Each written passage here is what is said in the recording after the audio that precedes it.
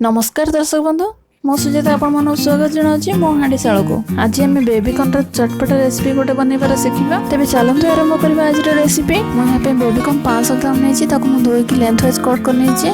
मैदा नहीं 4 चमच, कॉर्नफ्लोर 2 चमच, लुण नहीं स्वाद अनुसार, तेल छाणवाई, लंका गुंड नहीं 1 चमच, अदा रसुण पेस्ट नहीं 1 चमच, चाट मसला आधा चमच, दरकार अनुसार मो ब्रेड क्रम्स नहीं। ए ब्रेड क्रम्स को केमती बनइबे मो अलग एक वीडियो रे देखिबी। गरम मसला नहीं 1 चमच। प्रथम आम बेटर बनइबा। आ बेटर रे मैदा रे आम 2 चमच कॉर्नफ्लोर दे देबा, 1 चमच लंका गुंड दे देबा, गरम मसला 1 चमच दे देबा, आधा चमच चाट मसला दे देबा, 1 चमच अदा रसुण पेस्ट दे देबा। आ दरकार अनुसार आम लुण दे देबा। तापरे टिके टिके पानी करके आम आर सेमी थिक बैटर बनइबा। एकाथर आम सब पानी देवानी, एमती टिके टिके करी पानी देवा। हमको आउ टिके पानी दरकार, से आउ टिके पानी ऐड करछे। भले से मिक्स करनबा।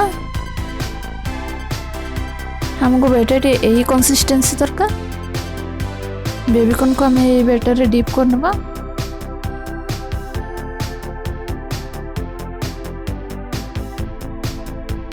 हेबे बेबीकॉर्न को आम भल से ब्रेड क्रम्स लगे नबा।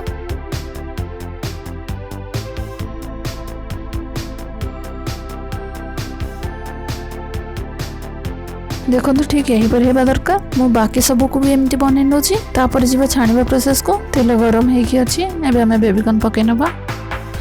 गैस रो फ्लेम मीडियम रे रखिचे।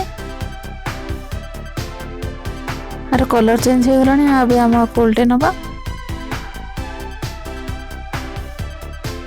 बेबीकॉर्न आमर हो गला। एबे आम आपको प्लेट को बाहर करनबा।